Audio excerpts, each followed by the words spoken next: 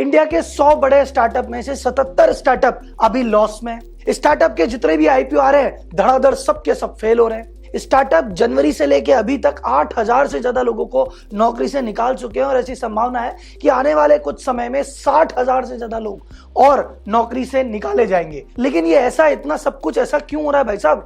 हम तो जब भी पेपर खोलते थे हेडलाइन ये दिखती थी, इस स्टार्टअप को 500 करोड़ मिले, 1000 करोड़ मिले, आज इसका इंटरव्यू, आज ये सेलिब्रिटी। ये इतना जब ताम झाम धूमधाम स्टार्टअप वर्ल्ड में चल रही थी, एकदम से सन्नाटा क्यों आ गया भाई? तो आज की इस वीडियो में डिटेल में चर्चा करेंगे कि आखिर क्या स्टार्टअप वर्ल्ड का ये बुलबुला फूटने वाला है, और अगर ये बुलबुला फूटता है तो क्या इसका हमारे यूथ पे क्या असर रहेगा, हमारे एग्जिस्टिंग बिजनेस पे क्या असर रहेगा, और एज ए सामान्य सिटीजन हमारी जिंदगी पे इसका क्या प्रभाव आने वाला है, और ये सारी चीजें होती कैसे है। एक सामान्य बिजनेस का 1 साल लॉस में चला जाए तो बैंक लोन देने से मना कर देती है, पर इतने बड़े लॉस के बाद इनको इतने हजारों करोड़ रुपए कौन दे रहा है और क्यों?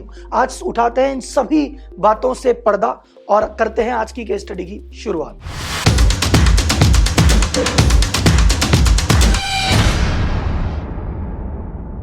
तो भाई लोग एकदम शुरू से शुरू कर दें। आखिर बिजनेस होता क्या है, बिजनेस का उद्देश्य क्या है?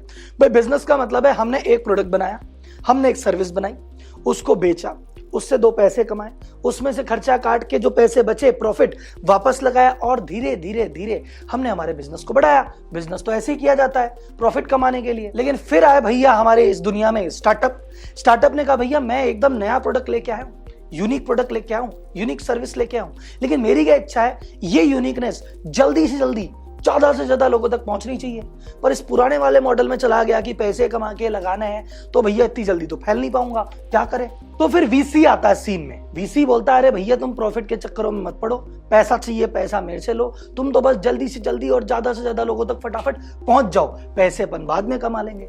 और जब स्टार्टअप को इतना पैसा मिल जाता है, स्टार्टअप कहते हैं कि भैया अब अपना प्रोडक्ट जनता तक पहुंचाना है। कैसे पहुंचा है? तो उनका प्रॉफिट का तो पंगा ही नहीं है। एक काम करते हैं, जनता को ललचाने के लिए, जनता को जो अभी काम में ले रहे हैं उन चीजों से छोड़ के हमारे पास बुलाने के लिए लालच देते हैं, फ्री का, डिस्काउंट का, ये चीज का, वो चीज का, तो धीरे धीरे कैशबैक का, तो जनता आ जाएगी हमारे पास। और फिर चालू होता है सिलसिला फ्री देने का।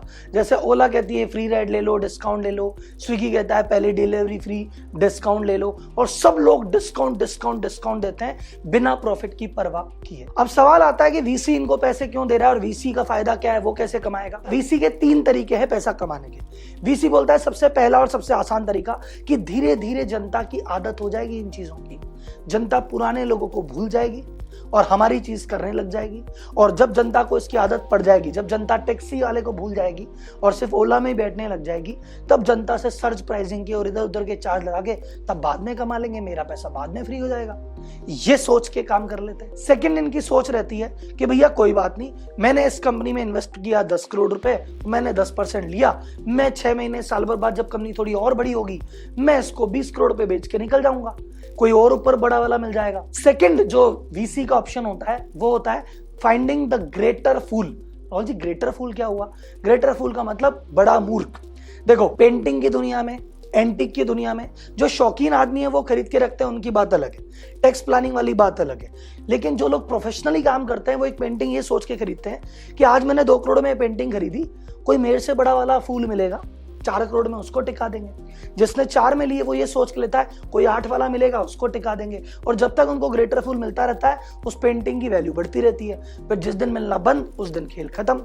तो सेम चीज इन्होंने कहा इसमें ये भी करके देखते हैं साहब कि भैया हमने एक कंपनी में पैसा लगाया, 2 साल बाद एक नया इन्वेस्टर आएगा, हम हमारा स्टेक थोड़ा कम कर लेंगे, 2 साल बाद फिर वो जो नया है 2 साल बाद वो किसी और को बेच देगा, और धीरे धीरे सब अपना अपना प्रॉफिट कमाते रहेंगे। और इस टेक्निक ने शुरुआत में काम भी बहुत किया।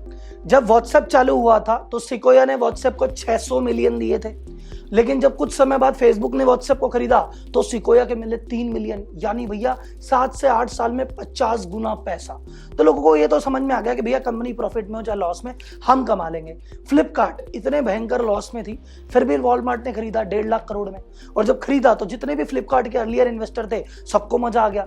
तो लोगों ने कहा फ्लिपकार्ट तो लॉस कमा रही थी, फिर भी इसके इन्वेस्टर ने मजा लिया, क्यों? उन्हें ग्रेटर फूल मिल गया वॉलमार्ट, तो हमें भी कोई मिल जाएगा। तो सब एकदम सर पे कफन मान के लग गए नए नए स्टार्टअप में फंडिंग करने पे।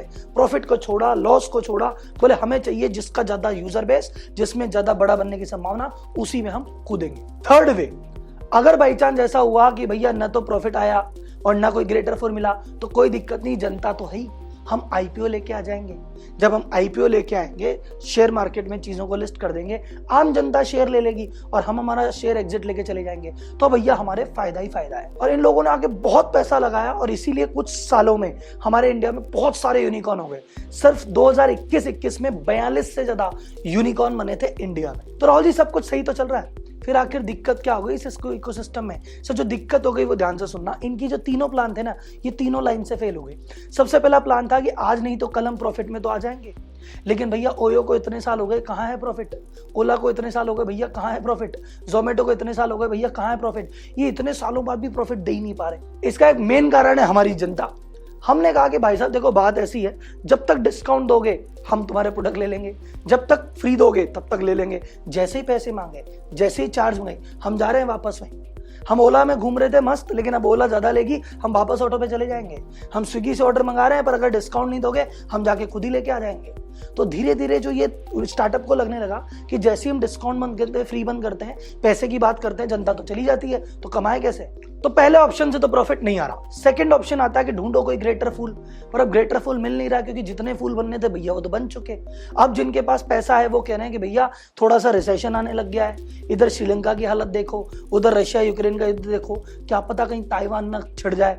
तो ऐसा लग रहा है कि भैया मार्केट का मूड थोड़ा सा ऊपर नीचे है, पैसा लगा तो देंगे, वापस नहीं आया तो ये जो ग्रेटर फूल्स थे ये भी मिलने बंद हो गए, तो वहां से पैसा सूख गया।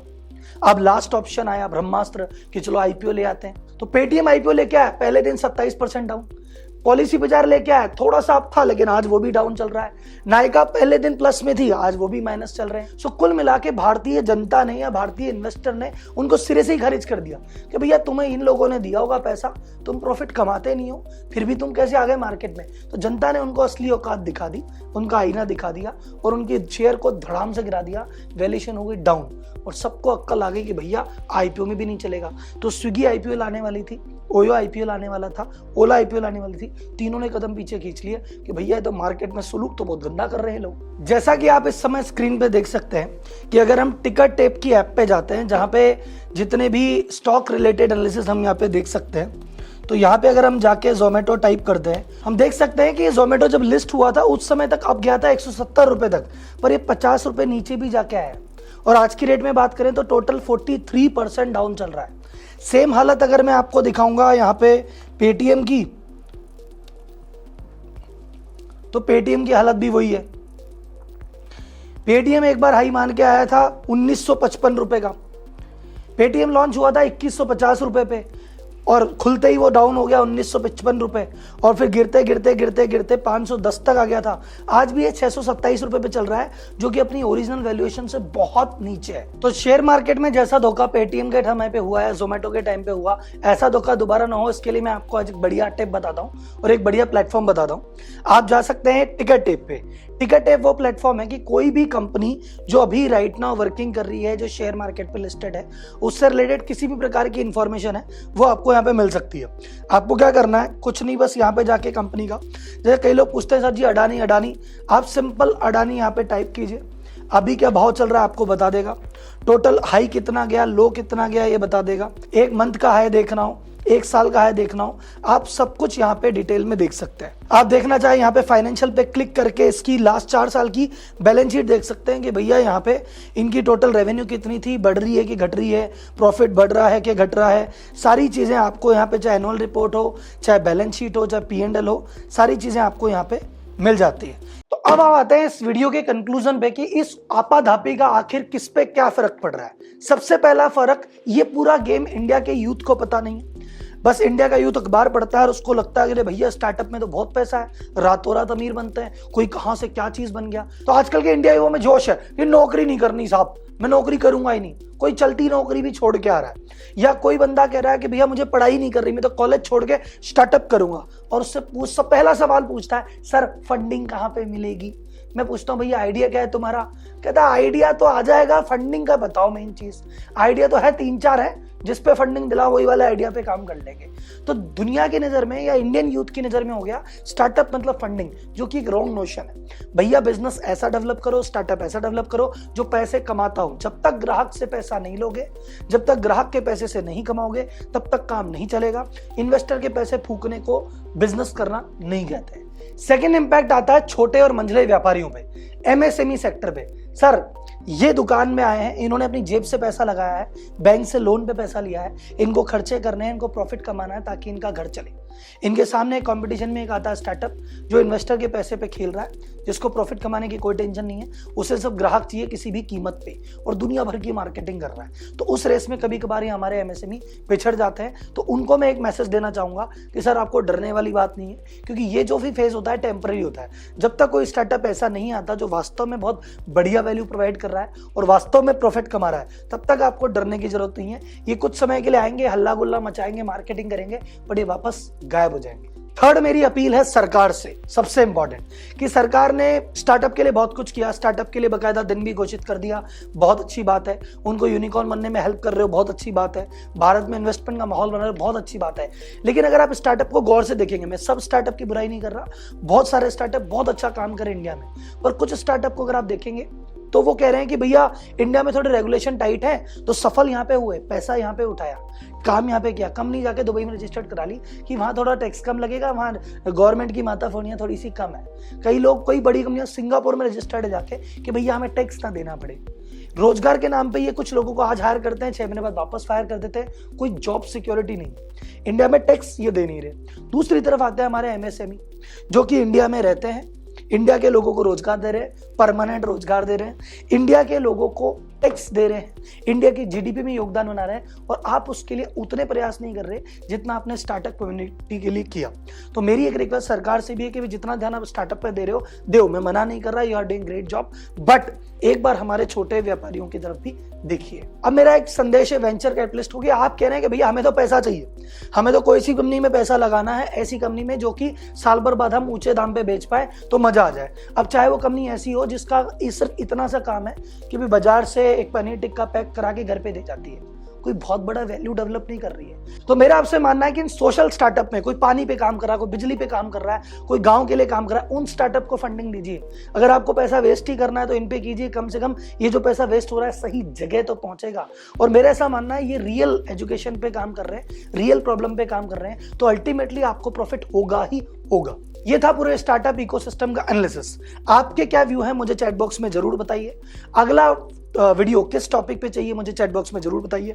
ये स्टार्टअप के साथ क्या सही हो रहा है, क्या गलत हो रहा है, क्या एमएसएमई के लिए सरकार को और क्या क्या करना चाहिए, वो सजेशंस आप नीचे दीजिए। और मेरी रिक्वेस्ट है इस वीडियो को ज्यादा से ज्यादा लोगों तक पहुंचाइए, ताकि ये जो समस्या है इसके प्रति भारतीय यूथ की, भारतीय सरकार की और भारतीय मध्यम वर्गीय बिजनेसमैन की आंखें थोड़ी सी खुले।